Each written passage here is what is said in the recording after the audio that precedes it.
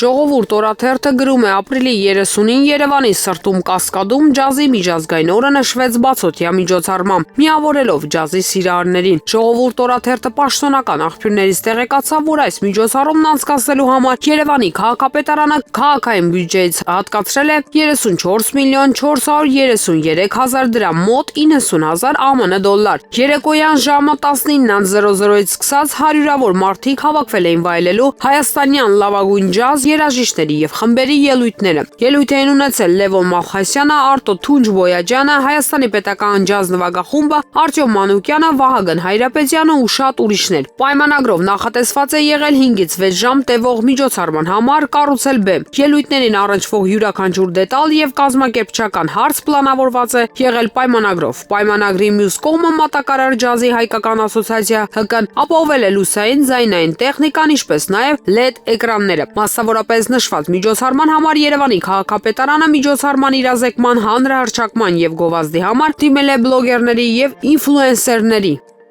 Հրապարակ օրաթերթը գրում է. հրապարակի տեղեկություններով հակակոռուպցիոն քաղաքացիական դատարանում դատավորների շրջանում ընդվզում է առաջացել նախկինների ենթադրյալ ապօրինի ծագում ունեցող գույքերի գործերով։ Բանն այն է, որ դատավորները չեն կարողանում որոշումներ կայացնել հատկապես Սահմանադրական դատարանի վերջին որոշումից հետո։ Հիշեցնենք, օրեր առաջ Սահմանադրական դատարանն հաստատել է ապօրինի ծագում ունեցող գույքի մասին օրենքը։ Հստակեցնելով կիրառման սահմանները, Սահմանադրական դատարանն եզրահանգել է, որ օրենքի իմաստով բռնագանձման ենթակա է այն գույքը, որը ձեռք է բերվել համապատասխան պաշտոնատար անձի պաշտոնը ստանձնելու պահից հետո։ Այսինքն դատախազության արատավոր պրակտիկան, երբ ետ էին գնում 90-ականներ եւ մինչեւ նախկին պաշտոնյայի ծննդյան տարեդարձ ու անդրադառնում ամուսնական նվերներին, ենթակա չի լինելու ուսումնասիրության։ Այժմ դատավորները կրակն ընկած իրար մեջ քննարկում են ինչ են անելու հարյուրավոր այդ գործերը, մի կողմից օրենքն է, մյուս կողմից դատախազությունը իշխանության պատվերով։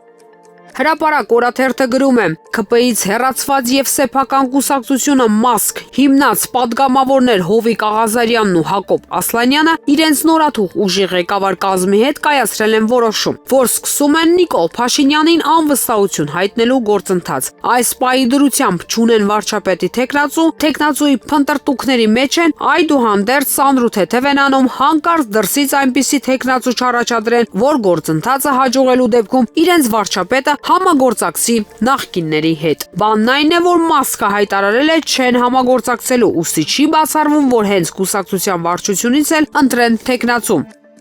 Հրապարակ օրաթերթը գրում է. հայտնի է, որ Արցախի նախագահի պաշտոնավարման ժամկետը լրանում է մայիսի 21-ին եւ որպեսզի այս ինստիտուտի լիազորությունները չավարտվեն եւ Արցախի էջը հիմնովին չփակվի, Արցախի խորհրդարանում պետք է նախագահ ընտրեն։ Շաբաթներ առաջ իրականացրած սահմանադրական փոփոխությունների հիման վրա, որով թույլատրեցին, որ ընտրությունների անհնարինության դեպքում խորհրդարանն ընտրի նախագահին։ Մենք ավելի վաղ գրել էինք, որ գործող նախագահ Սամվել Շահրամանյանը հակված չէ իր թեկնածությունն առաջադրելու, սակայն մեզ ասացին, որ որևէ խմբակցություն մինչ այս պահ որևէ մեկի թեկնածությունը չի ներկայացրել։ Ավելին, արցախցի падգամավորները մտադրված են հանդիպում կազմակերպել նախագահի հետ եւ առաջադրել նրա թեկնածությունը, այլապես թեկնածուի բացակայության դեպքում ընտրություն չի կայանա։ Իսկ նախագահի լիազորություններն ավարտելուց հետո 7-ից 10 օրյա ժամկետում պետք է ընտրեն նոր նախագահ։ Ժողովուրդ օրաթերթը գրում է. հարկերի հավաքման գործընթացը դարձել է ել ավելի օրակարգային հարց իշխանությունների համար, քան ցեղասպանության հանրահռչակումն ու ճանաչումը։ Հարկատուին հերոս անվանող իշխանությունը հարկերի հավաքման սահմանված շեմը կարծես թե չի գերազանցում։ Նախորդ տարվա հարկերի հավաքագրումը ձախողելուց եւ 223 միլիարդ դրամ թեր հավաքագրումից հետո սկսվեց հարկային տեռորը,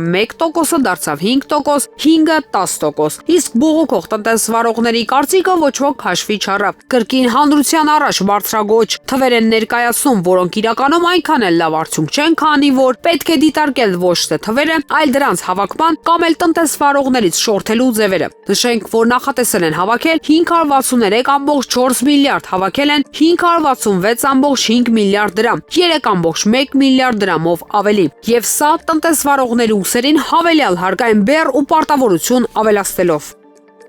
Հրապարակ թերթը գրում է արդեն երկրորդ տարին է, որ հայրենական մեծ պատերազմին նվիրված մայիսի 9-ի իր ուղերձում Նիկոլ Փաշինյանը չի անդրադառնում Շուշիին։ Մայիսի 9-ը նաև Շուշիի ազատագրման օրն է, հերիք չէ, որ Նիկոլ Փաշինյանն ու իր խմբակը մեզնից գողացան եռատոնը, անգամ չեն էլ հիշատակում, որ այդպիսի տոն է եղել։ Շուշիի մասին 2023 թվականին է վերջին անգամ Փաշինյանը հիշատակել, իսկ այս տարի ուղերձում Արցախի բանակի եւ Շուշիի մասին ոչ միայն բառ չկար, այլև տեղեկացանք, որ պետական բոլոր պաշտոնյաներին, այդ թվում թիմ ղեկավարներին են բարձր մակարդակով հրահանգել, որ իրենց ուղերձներում նպատակահարմար չէ անդրադառնալ Շուշիի ազատագրմանը։